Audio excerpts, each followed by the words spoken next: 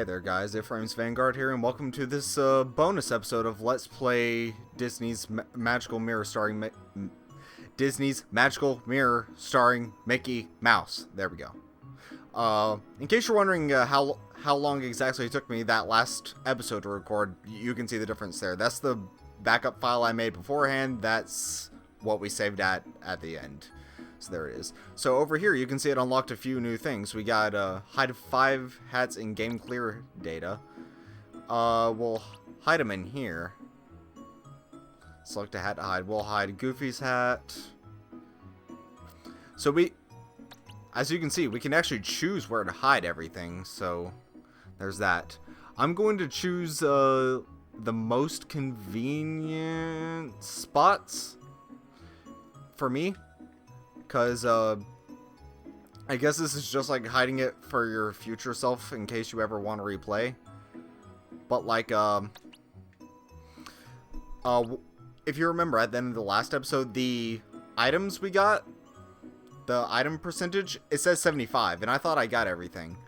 Well, part of the reason for that is because, these hats right here, which you only get after beating the game, are included in that percentage because these count as item. Will I start the game? Yes.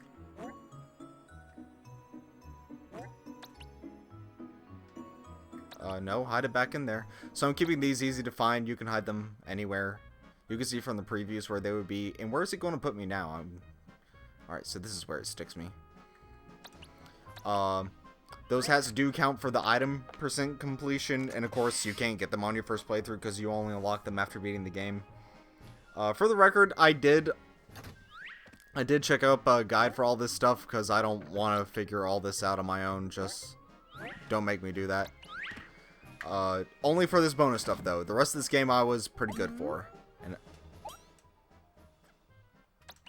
let's try this. Maybe now it'll finally give us something. There we go. There's the item. Even if these hats were available the first time around, you can see there's a box there, and we can get it. Even if these items were available the first time around, I still wouldn't have 100% in it, because there were a few items that I missed. And along the way, there's also some stuff I would like to explain a bit more about the game. Will the item just be in here, or will I need to do the trick thing? It looks like, oh. That's what you do. Simple as that. And we'll be getting to those items that I missed in just a moment. So that's what that, hat hunt bonus thing is. Obviously you just go around and find the hats of the various characters, and like I said, you get to hide them, so I purposely made it easy for myself so it wouldn't be all that difficult. Also on the title screen, if you remember a couple episodes back, I found out that you could link up this game with let's try this. I found out that you could link up the game with Solid. Found out that you could link up the game with the GBA game. And I don't remember exactly what it was called. Another box? Was it over here that the last thing was? I'm pretty sure it was in here. I just don't remember exactly what it was. Got ourselves a cowboy hat.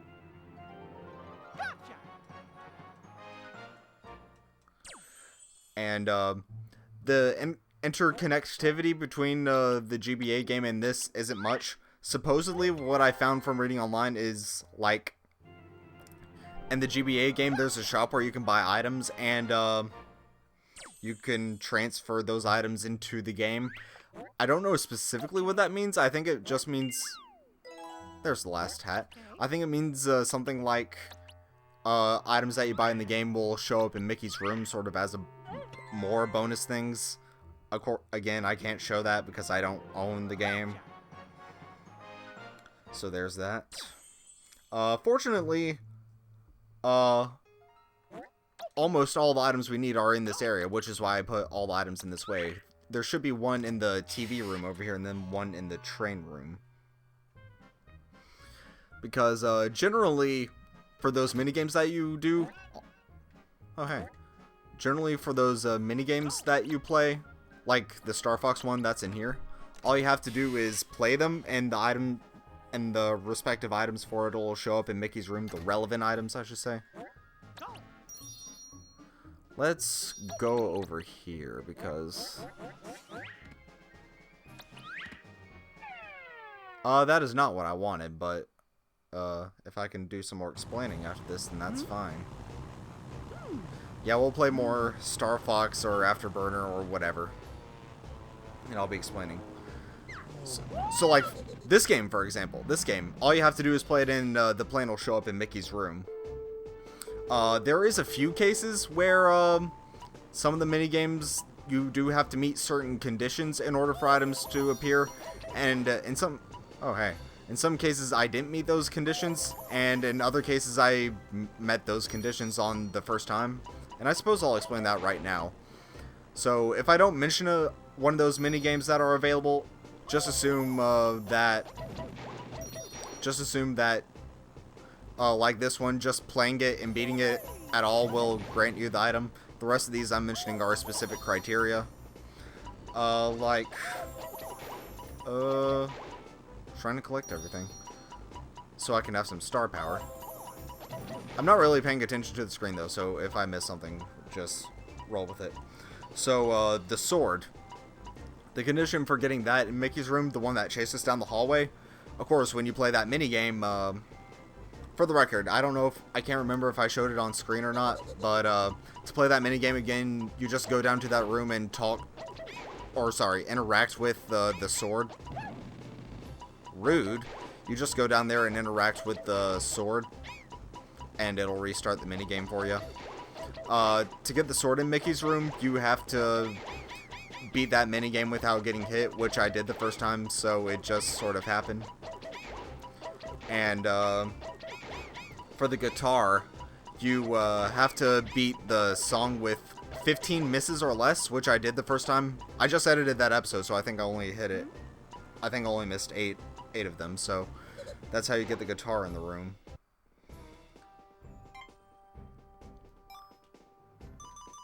Pretty solid that time, so now we got us some more star energy to work with.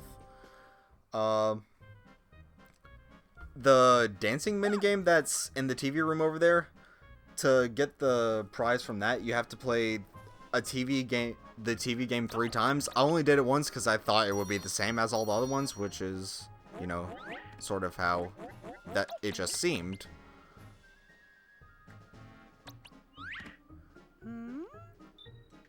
Okay, I'm not entirely sure if there's so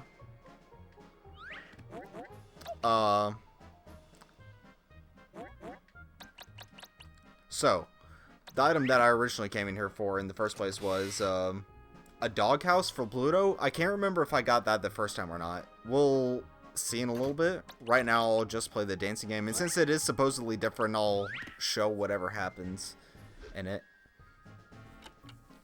So if we press that, then no, it still doesn't work. We have to use the remote.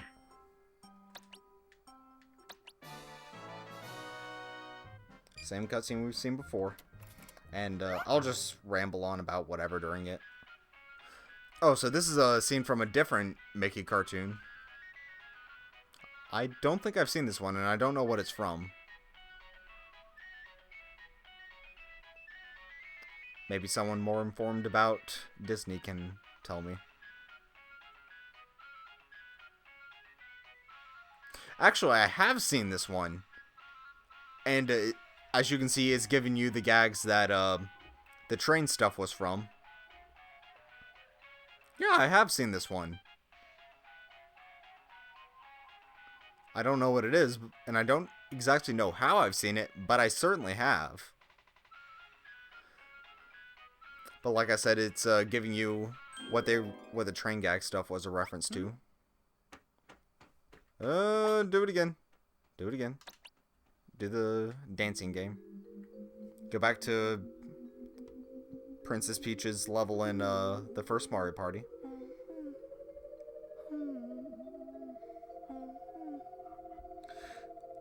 But like I was saying earlier, I don't remember getting that doghouse, which is why I went into that train room right there. The requirement for getting that, I did find out in the guide, is that you have to find Pluto's collar in the toy box first. But I'm not sure if I did that or not. I couldn't find it there, so I'm just going to assume that I did. And just hope. So now I've learned that this is what I've actually got to follow. Seems pretty simple so far, just A on, and then nothing on the offbeat. Again, it's just... I did find that time, but again, it's just starting this section that's a little difficult. And of course, keeping the rhythm while talking is a bit difficult too. Mickey had no trouble that time.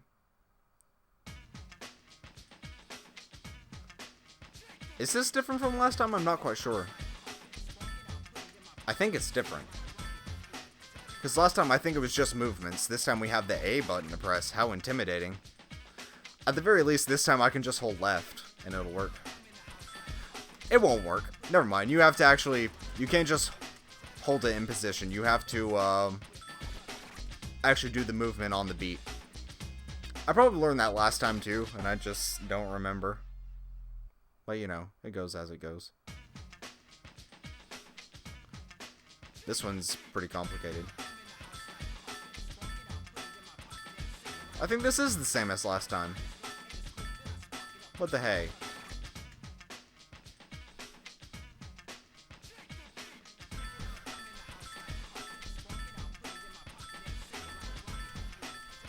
Trying to avoid talking so I can keep the rhythm. It's not that hard. I missed that last one. What?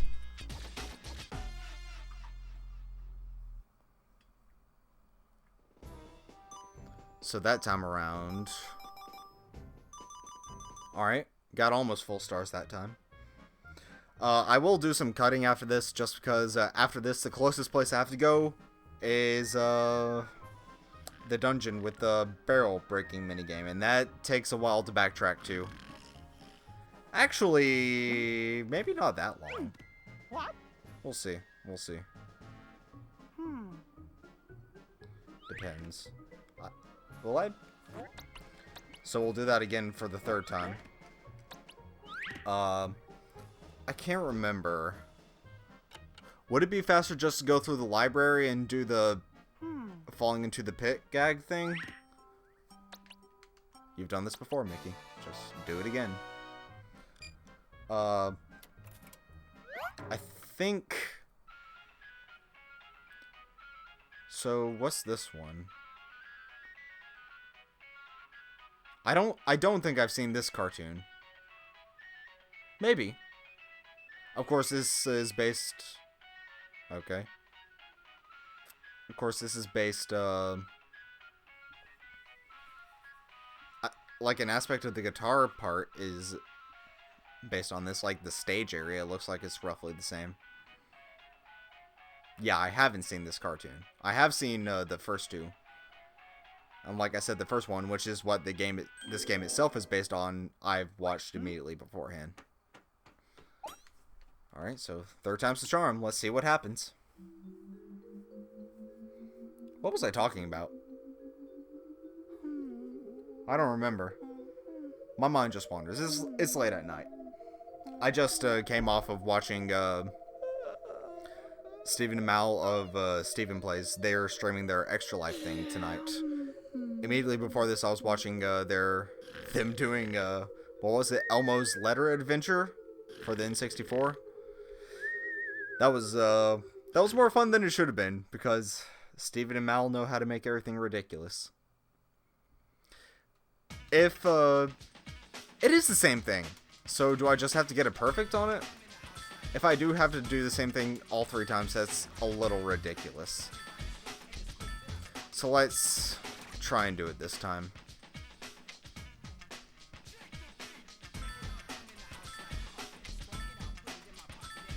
No talking?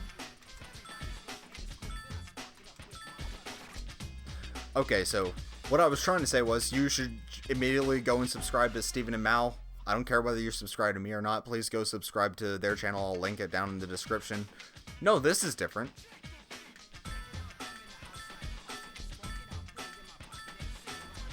Please go subscribe to them. They are one of my favorite Let's Players. They are absolutely fantastic. Steven is... No! And same when ever Mal joins him. It's always a treat to watch them in anything. Their playthrough of Chulip is one of my favorite YouTube series, period. It is hilarious. So please go watch that. I know Chulip's a weird game, but trust me, it's definitely worth watching.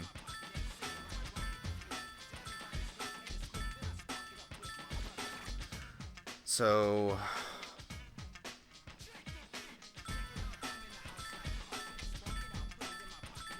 I think the problem is I want to go too fast. I want to rush it up, but I can't. I gotta stay to the beat. And I messed it up again.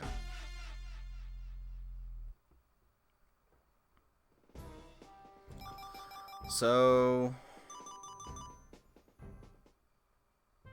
we actually cleared all three at least. Okay. You know what? I think since it is pretty similar each time, I think when the guy said you had to clear 3 times, I think it meant 3 of those sections. And like if you do too bad on one, then it'll just automatically kick you out of the game.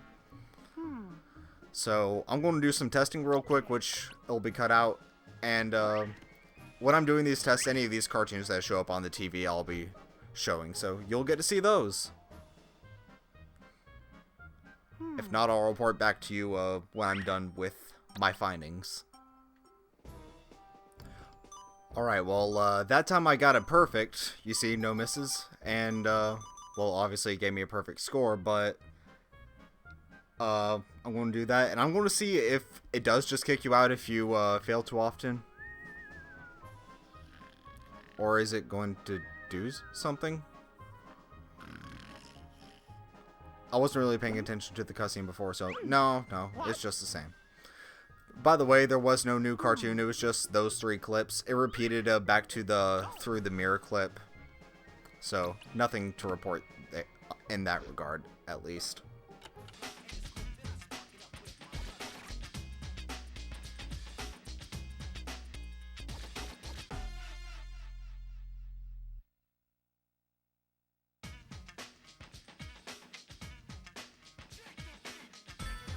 Okay, so it appears that the game doesn't automatically kick you out full if you fail it, because I literally didn't do anything that past round and it just moved me on to the next round.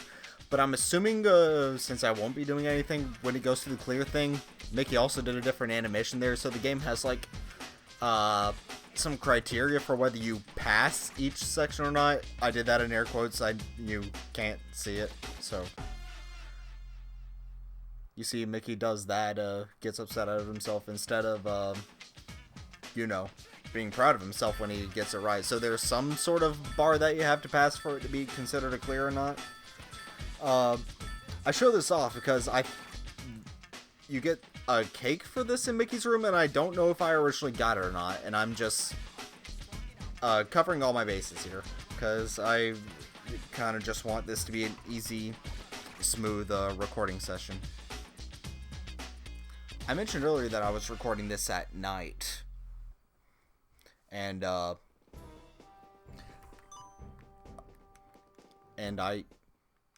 was poor, and I usually record these early in the morning. This time around I'm recording it at night because tomorrow morning I'm going to need to edit it and get it processing and such. Because it seems like most of the time I have for videos is on the weekend. I've made good progress today. I've edited 2 videos so far, with the 3rd currently rendering right now as I speak. So, good progress. Something I need to mention real quick. And hopefully it'll help pass the time on the way over to the next place we have to go, which is the place with all the barrels and stuff where we play the barrel breaking minigame. And while I'm walking over there, it should be relevant. If you remember, you probably do because I kept on bringing it up. Earlier in these episodes, I kept on mentioning that this game gives me a lot of locations in this give me a lot of Resident Evil vibes, and not just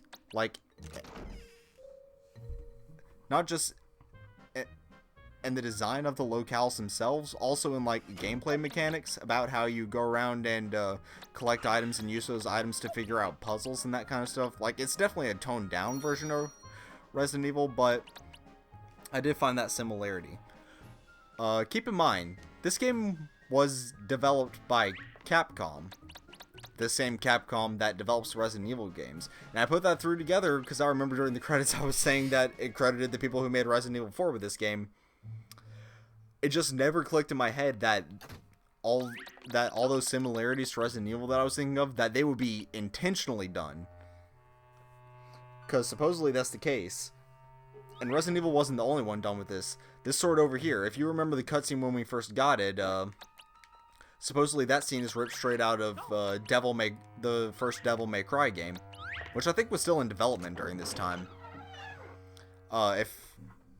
If not, it was recently released, because Devil May Cry originally came out of an early idea for Resident Evil 4. I know that much. And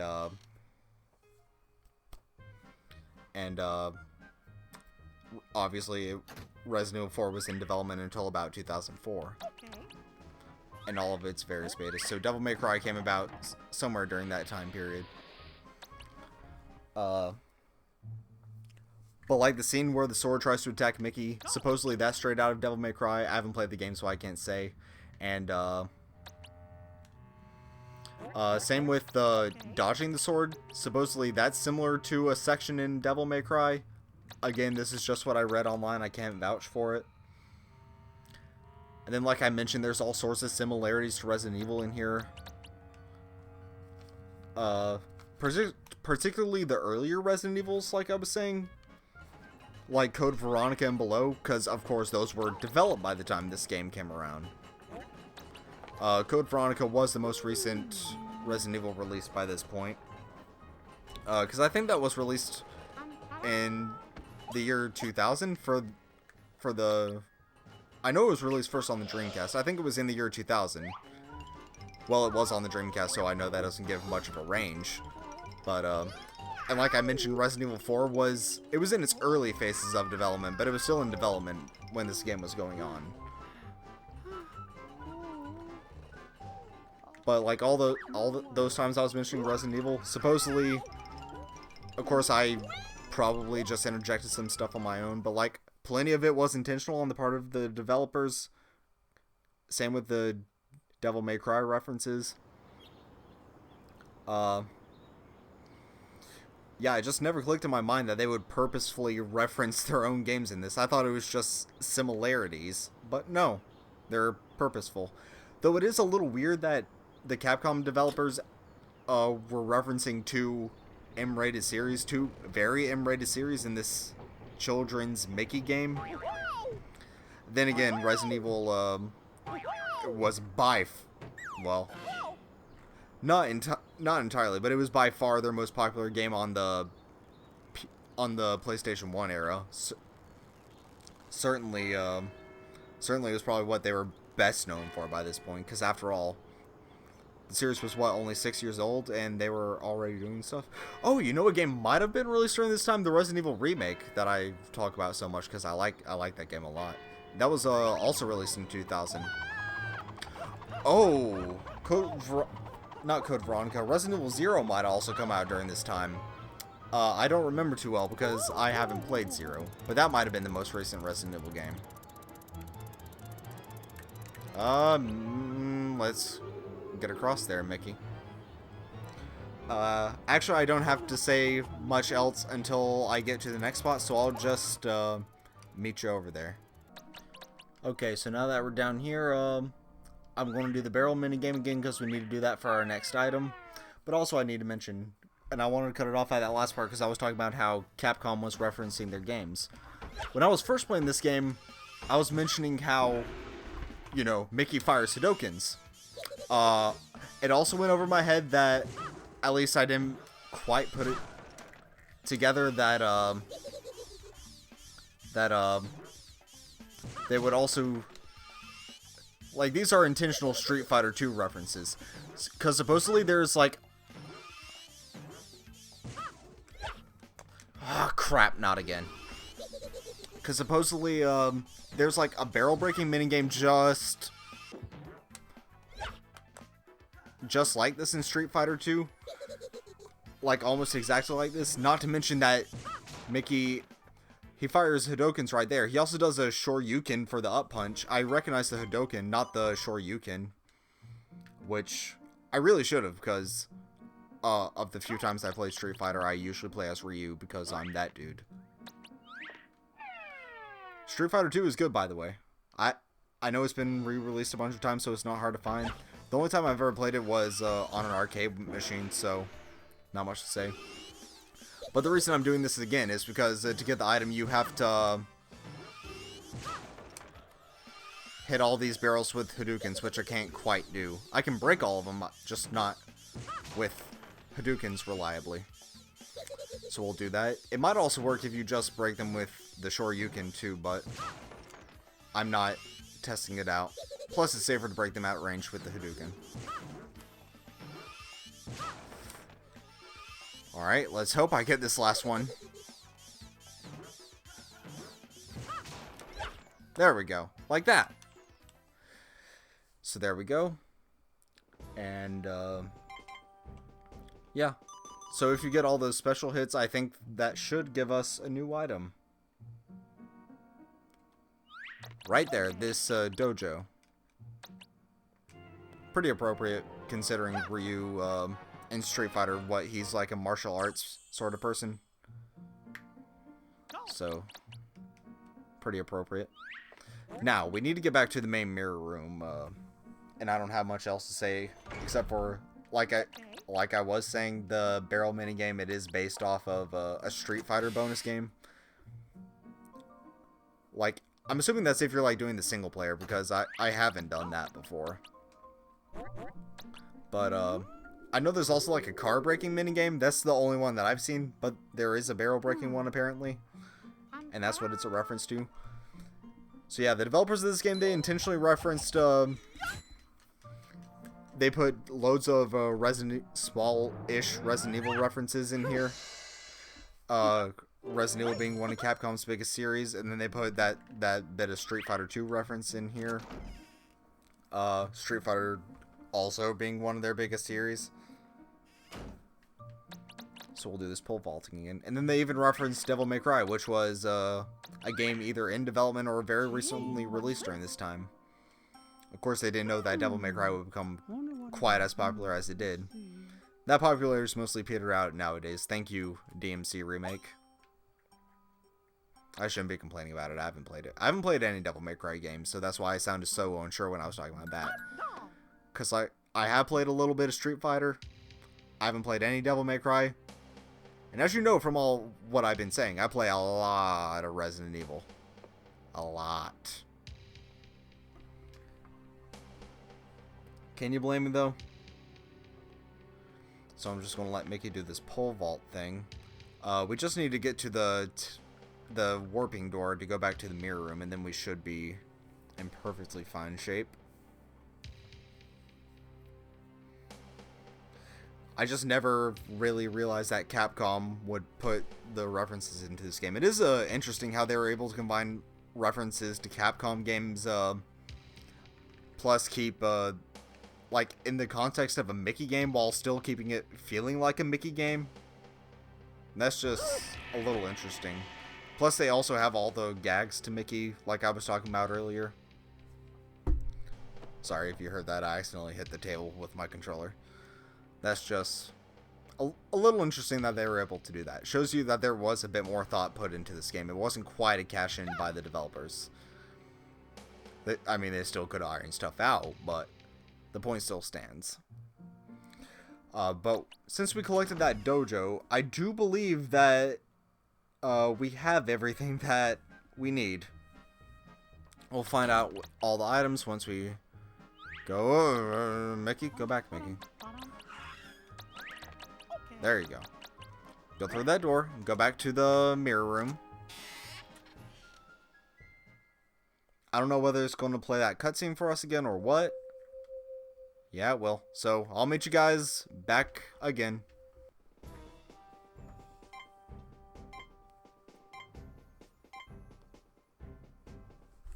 Oh, crap. Well, let's find out what I missed. I got the cake at least. What are you doing, boy? I am not seeing Pluto's doghouse, which is probably what I'm missing. Yeah, looks like it.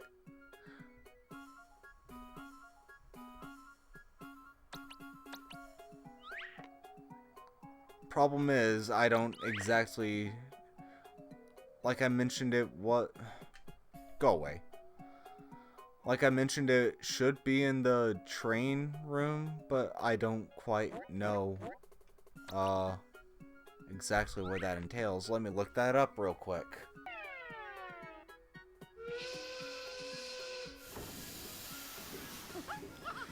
Okay, so I just looked up what you're supposed to do for this doghouse thing. Obviously, you're supposed to get small and hop on the train again. Why you'd think to do this again, I have no idea why. They just kind of expected you to. This time you don't have a thing getting you. But obviously right there is Pluto's doghouse. So there we have our answer. Now what I do to get big, I'm not quite sure, and I don't wanna have to do the Star Fox thing again. Like, please just let me grow big. Go through the hole too, why don't you? So hopefully, by this point... No, continue along, Mickey. Hopefully, it'll become apparent... I'm tired, guys. I just... It was frustrating. I don't want to deal with this anymore. Oh my gosh, is it really going to go through all this again? It is. Oh well. Well, in any case, I'll meet you guys back at the title screen where hopefully I'll have 100% this time. There we go. Now we've got all the bonus items. And we'll save once more. And then that should put us in the bonus room. And I don't really have too much else to talk about, so I'll just kind of... I'll find something to ramble out while we look at all these items. You've seen this before, Mickey. I guess maybe while I'm going over this last bit of stuff, I could go over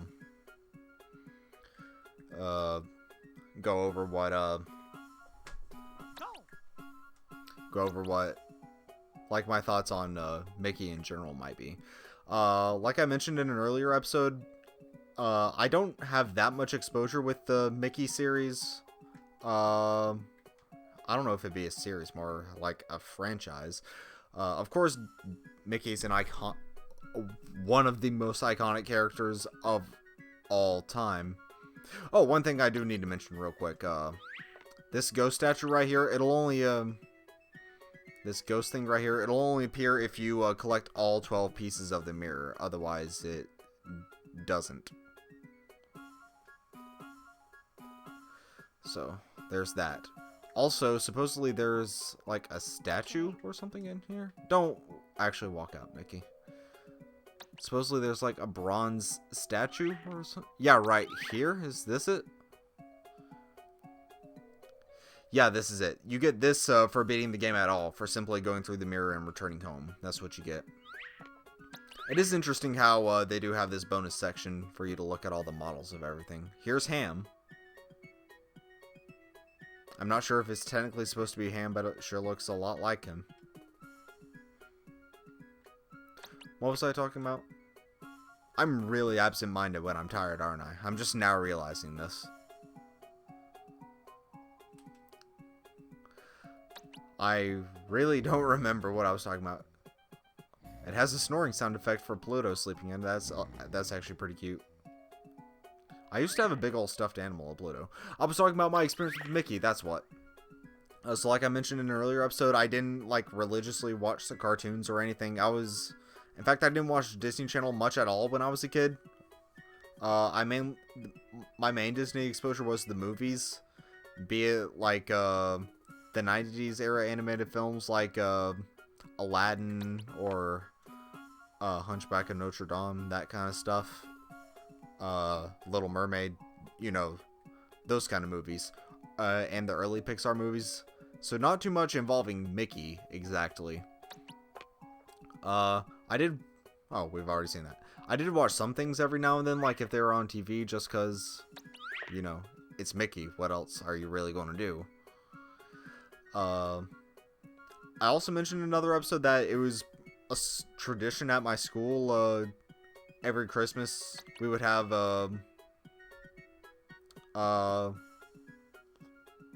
I don't exactly know what to call it. But like, the school would show, we would all gather in the main auditorium. Everyone at the school. Yeah, literally everyone at the school. We would all be in the main gymnasium thing. And, on the big projector screen, it wasn't just this. It was tied to the Christmas celebration as a whole. But, we would go through the old, like a Disney Christmas sing-along sort of thing, and it featured clips from like a Disney retelling of Rudolph the Red-Nosed Reindeer. And I know it has clips from the full thing, and I've seen that on TV, not recently, but I've seen it. I know it exists. It's not just in that context. And it also includes like shorts from the Disney characters helping sing along. I mentioned Sleigh Ride, like in that one it has Scrooge McDuck being the main person, I guess, and he's actually, you know, being nice, which is interesting, because, you know, he's supposed to be Scrooge, and obviously Scrooge, coming from A Christmas Carol, the original character, he's supposed to be stingy except around Christmas, which is, you know, all that stuff. I'm sure you've heard about that story before. You know plenty about it. I don't need to explain Ebenezer Scrooge to you.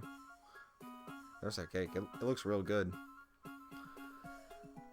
But it was pretty much entirely tradition at our school to watch that every Christmas, that sing-along.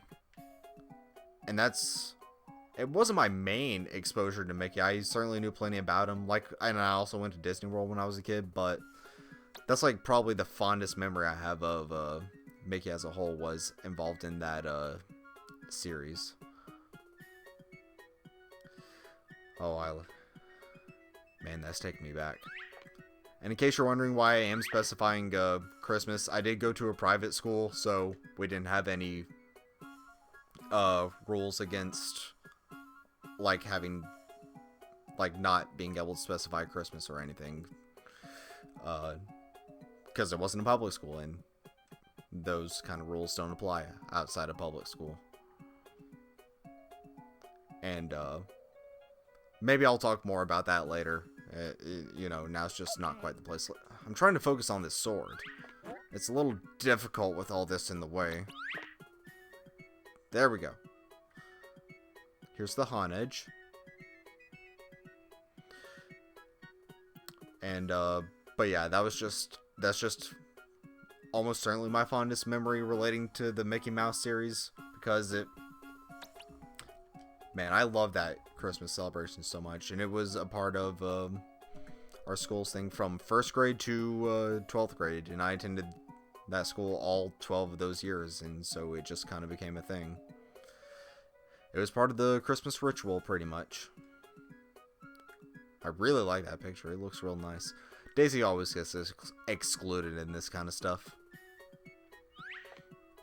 Aside from that sing-along, the other exposure I've had to Mickey Mouse, I mentioned earlier in the series that I used to go to sleep with the TV on.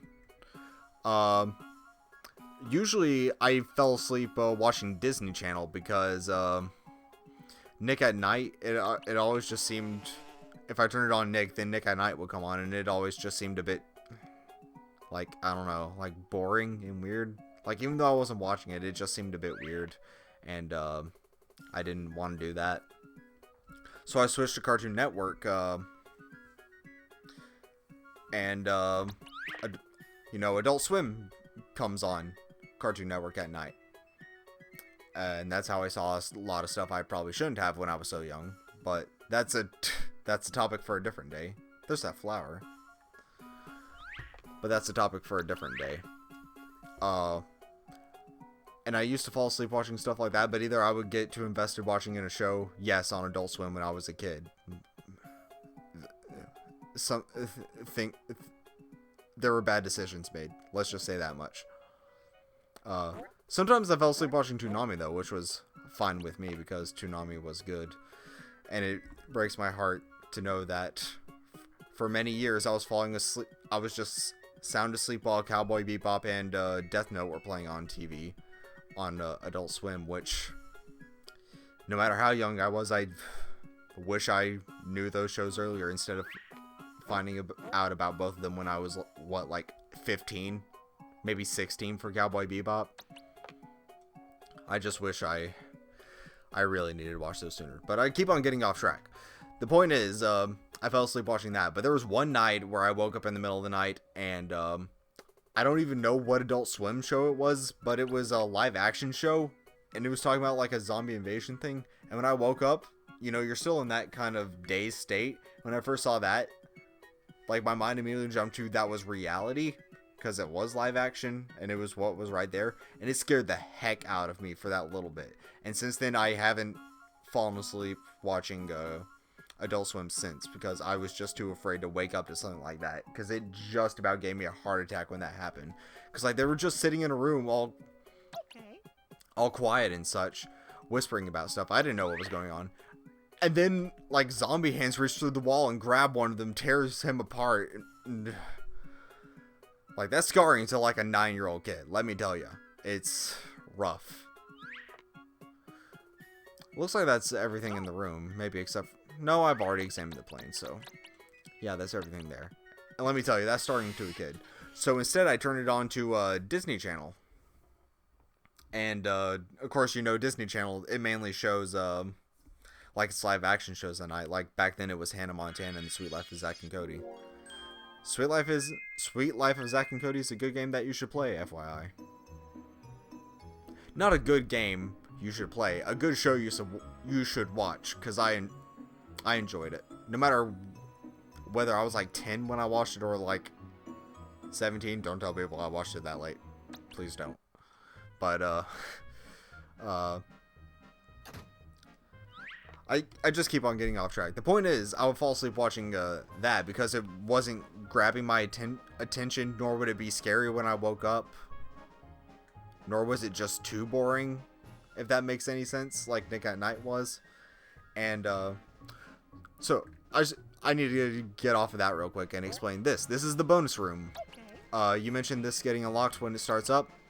All these are the different mini games that you can play. There's the Hadoken one, snowboarding, guitar, sword, Star Fox, and dancing. And then I think this should just play the cartoon clips, if I'm not mistaken. No, it plays the cutscenes, and it better stop right there. Please stop. Please stop. I don't know how to quit this. Oh Lord. Oh Jesus. I'm sorry. I'm very sorry for what's happening. So I'll just go back on to explaining. The point is, I would fall asleep watching Disney Channel at night.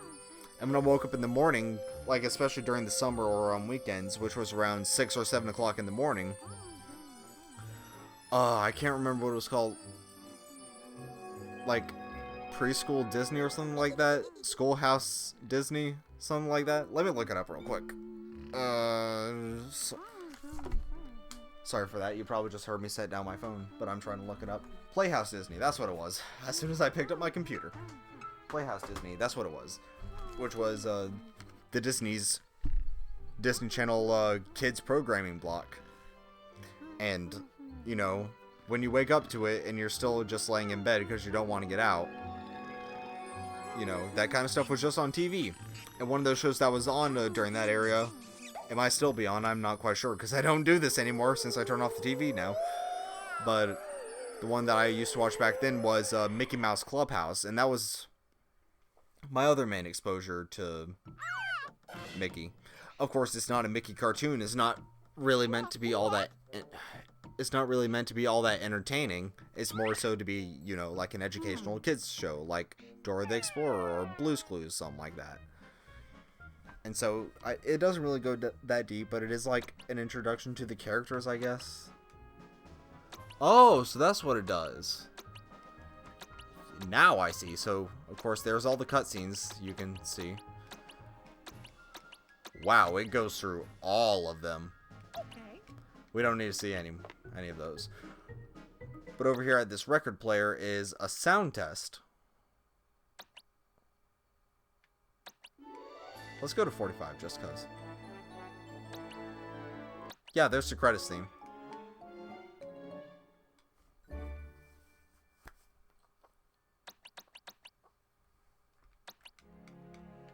So yeah, it has all the tracks from the game in here.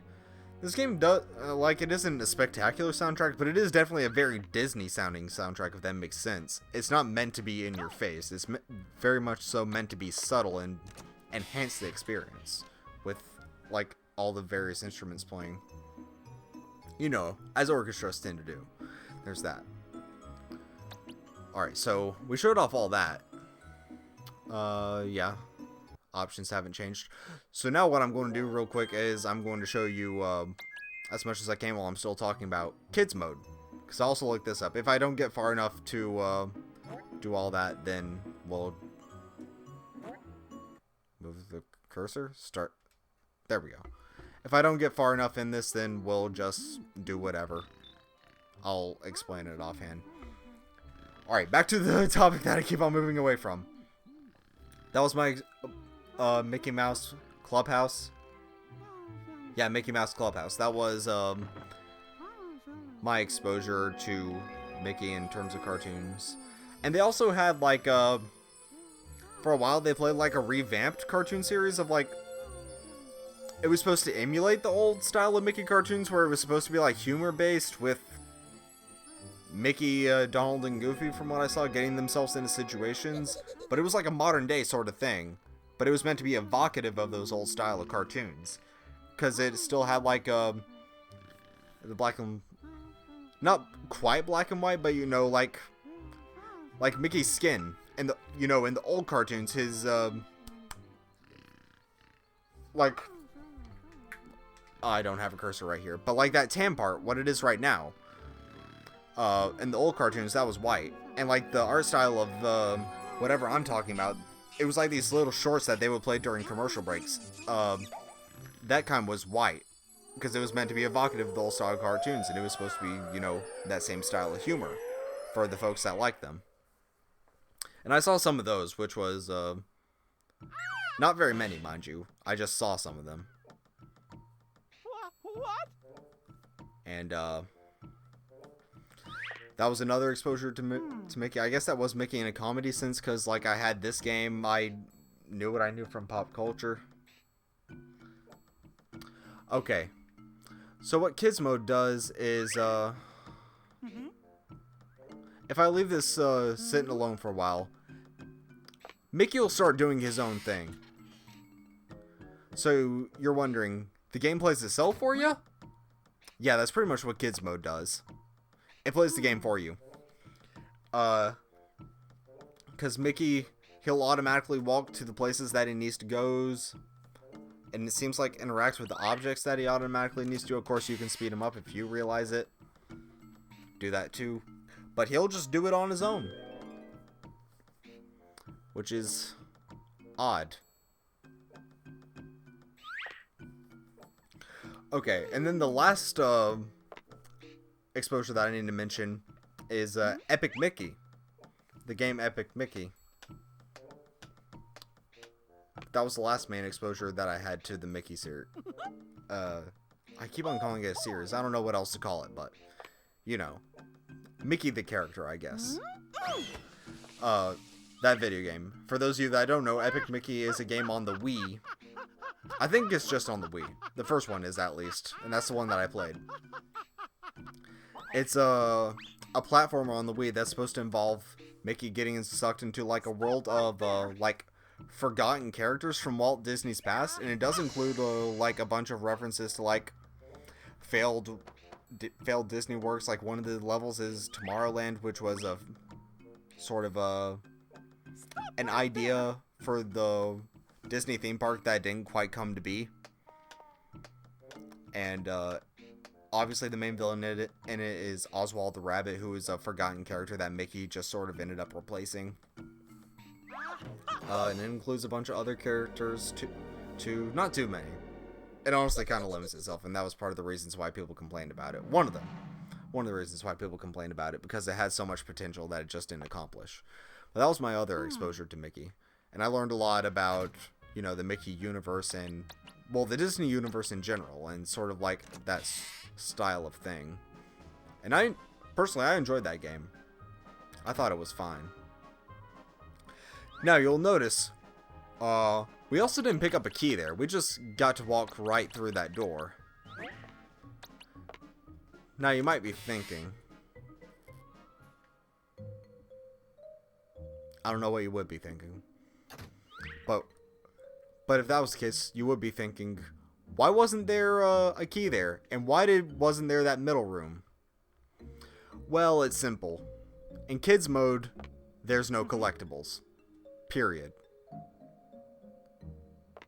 You see, Mickey's just going his own way now. And Mickey's doing his own stuff, so kids mode will quite literally play itself. There's no collectibles, there's no shards from what I can tell, there's no keys, there's no items, there's no puzzles. There's no bonus items either. There's absolutely nothing for you to do besides examine objects. And like this. Okay, never mind, there's a few items. No, Mickey will just automatically have the items, I guess.